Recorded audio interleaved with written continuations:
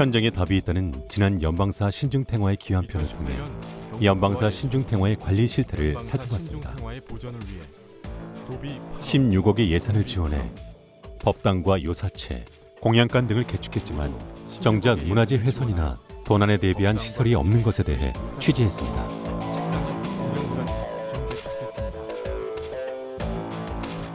이제 우리는 탱화 관리를 넘어 좀 더 근본적인 이야기를 하고자 합니다.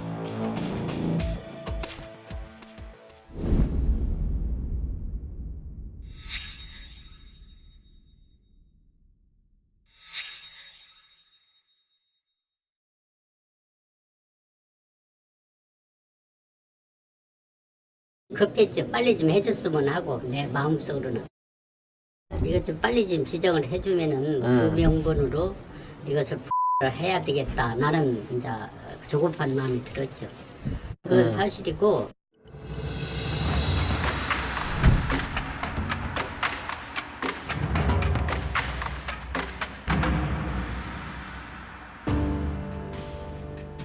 탱화란 천이나 종이에 부처보살, 성현들을 그려 벽에 거는 불화의 한 유형을 말합니다.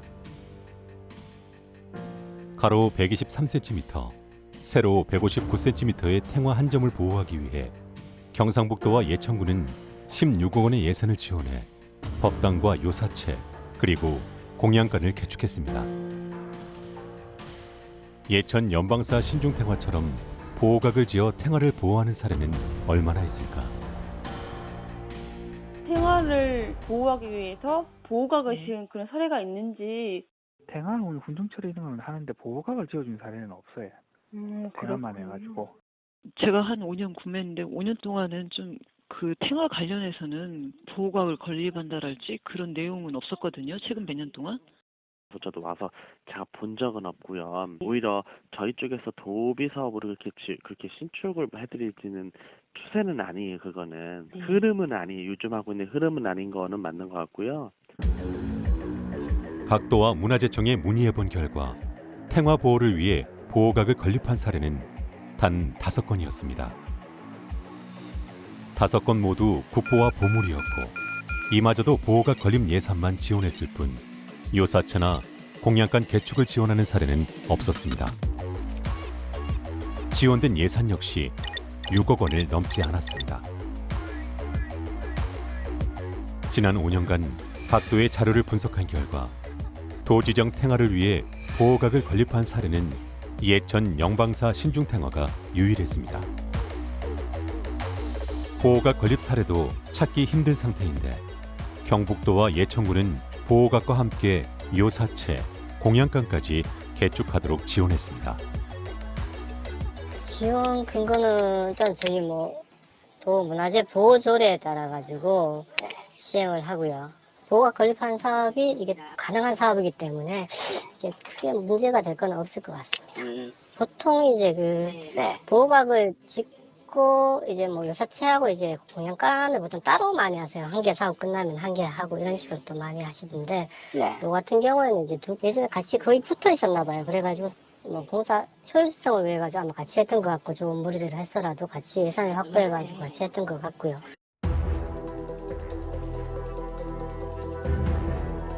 탱화를 위한 보호각 건립은 법적 테두리 안에서 지원된 사업으로 자격만 갖춰진다면 다른 탱화도 보호각 건립을 지원할 수 있다는 것이 경상북도의 설명입니다. 하지만 경상북도에서도 예천 연방사 신중탱화를 제외하고 보호각 건립을 지원한 사례는 없었습니다. 경상북도뿐만 아니라 전국적으로도 유사한 사례를 찾기 힘든 연방사 신중탱화 보수 정비 사업. 연방사 신중탱화에는 특별한 무언가가 있는 걸까?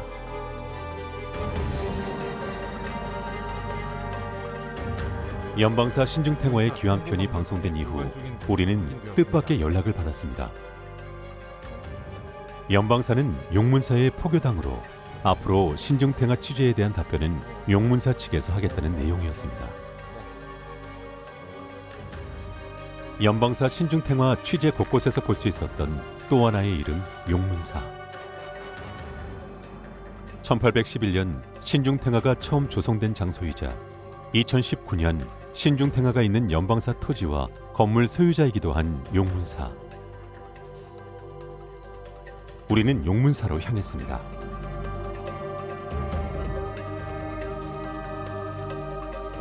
신라시대 창건된 것으로 전해지는 용문사는 1984년 대형 화재로 상당수의 정각이 소실되는 아픔을 겪기도 했습니다. 시대와 함께 퇴락해가는 곧잘 용문사를 조계종 말사 중 가장 많은 문화재를 보유한 문화재의 보고로 변화시킨 것은 20여 년에 걸친 주지 스님의 노력이 있었기에 가능했다고 합니다. 예천 불교 사업연합회 회장직을 겸임하고 있는 주지 스님은 지역 불교계를 이끄는 큰 스님으로 여러 언론에 소개되기도 했습니다.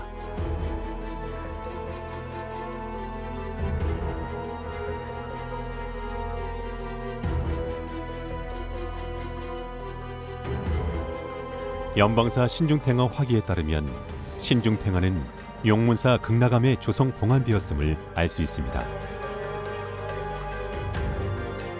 전문가들은 사찰 문화재, 이 중 불화는 화기에 나온 조성 장소와 목적, 그리고 사찰과 어떤 가치와 역사를 공유했는지가 문화재 지정의 중요한 검토 사항이라고 합니다.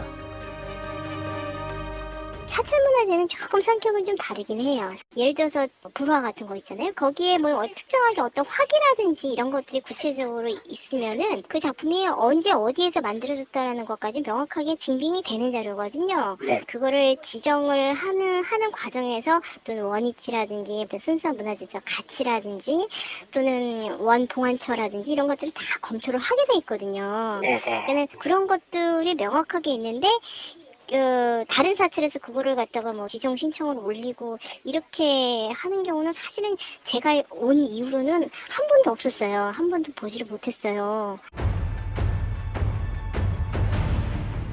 1811년 조성 이후 150여 년을 용문사에서 복원했던 신중탱화가 외부로 반출된 후 연방사에 있었다는 기록은 스님의 전원과 문화재 지정 신청 시 제출된 사진이 전부였습니다.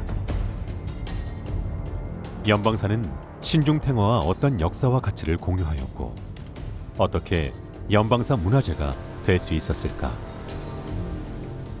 연방사 어떤 연관성이 있어서 연방사 문화재로 지정될 수 있었을까라는 부분이 용문사의 포교 역할을 했던 연방사고 또 그 용문사 주지가 또 연방사 주지고 그러니까 그 부분이 연관성이 없지 않다라고 이제 본 거죠, 저희. 이건 사찰 간의 연관성이지 탱화와의 연관성은 아니잖아요. 사실. 탱화라는 게 사실 그러니까 연관성이 있는 사찰에서는 그게 이렇게 좀 왔다 갔다 해요. 주기도 하고 뭐 작물이거나 불법적인 부분 요인이 있다거나 그렇다면 그 이제 문제가 될 수 있는데 저희가 봤을 때는 뭐 그걸 스님이 뭐 불법적으로 그걸 뭐 소장하게 됐다 하는 것을 찾을 수가 없었습니다.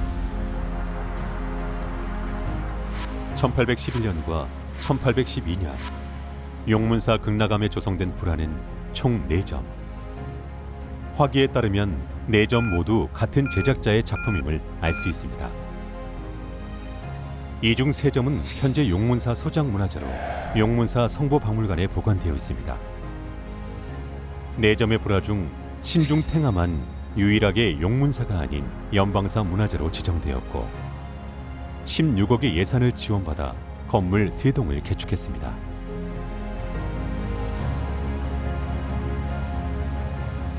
지정하시거나 검토하셨을 때 이게 연방사가 아니라 용문사로 하는 게 더 낫지 않을까라는 본인이 이제 그 부분을 명확히 했어요. 우리한테 신청을 할 때 이거는 이제 그 연방사 자료고 스님이 뭐 그거를 이제 용문사에 이제 재산으로 등록을 해가지고 용문사 명의로 하면 뭐 아까 말씀하셨듯이 많은 문제가 없는데 그거 뭐 내 소유로 놔두고 싶어서 이제 내가 한 거에 대해서 그거는 뭐 어떻게 해요? 저희는 이제 지정하는 입장에서 그 탱화 자체를 보는 거지 뭐.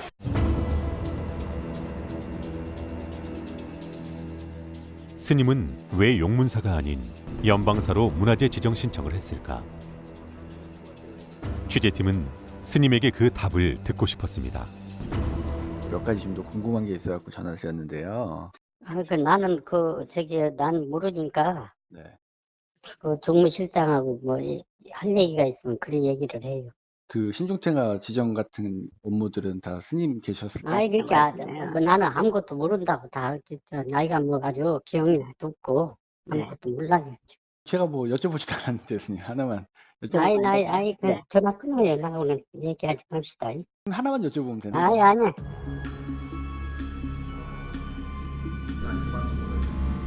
지난 연방사 신중탱화에 귀한 1편 방송 이후 신중탱화와 관련한 취재에 공식적인 답을 주겠다며 취재진에게 먼저 연락을 했던 관계자와 모든 의문에 대해 일말의 의혹이 남지 않게 답을 주겠다던 주지스님. 하지만 취재가 계속되면서 우리는 어느 곳에서도 공식적인 답을 들을 수 없었습니다.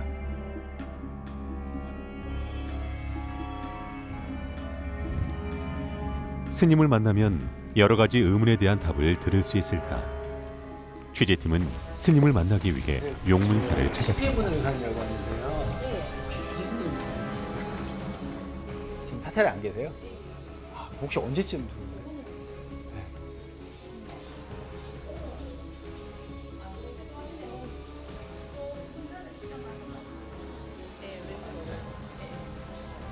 오늘 안 좋으실 것 같으세요?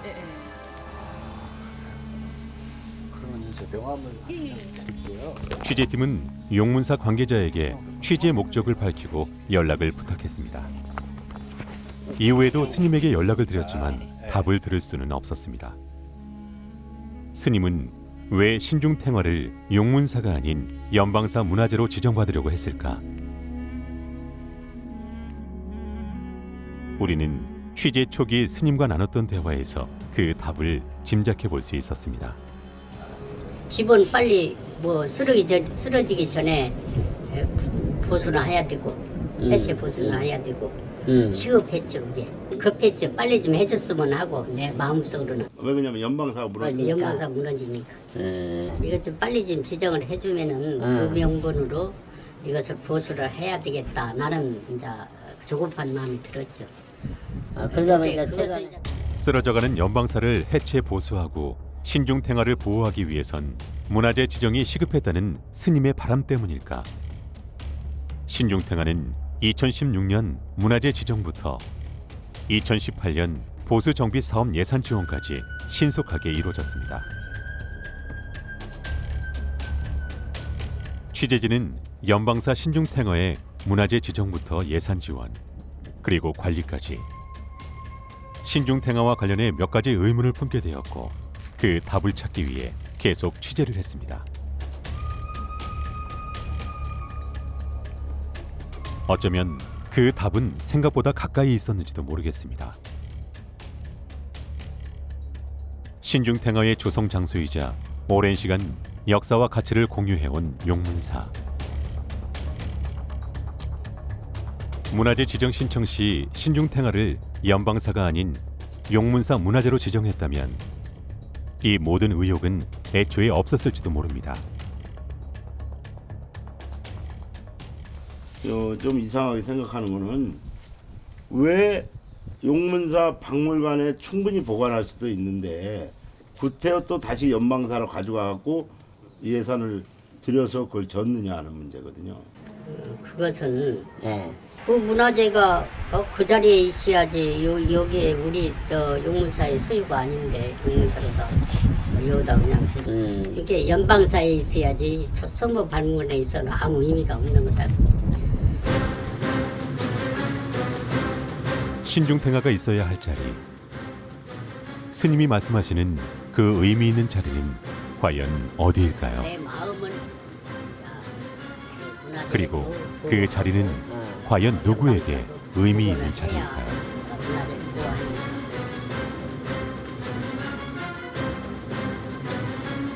신중탱화와 용문사 그리고 저마다의 명분을 위해 문화재 주변을 둘러싼 많은 사람.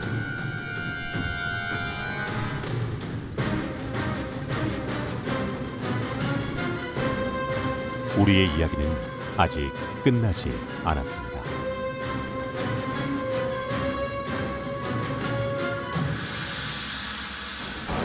이제 프랙션 문화재는 있지만 그런 그 예산을 이렇게 따올 수 있는 그런 그 인맥이 부족하고 하니까는 통해서 부탁을 하면 또 이제 뭐 쉽게 또 이제 되니까는 예산을 보내주면 또 이제 그 일은 회사 가서 하고 이런 식으로.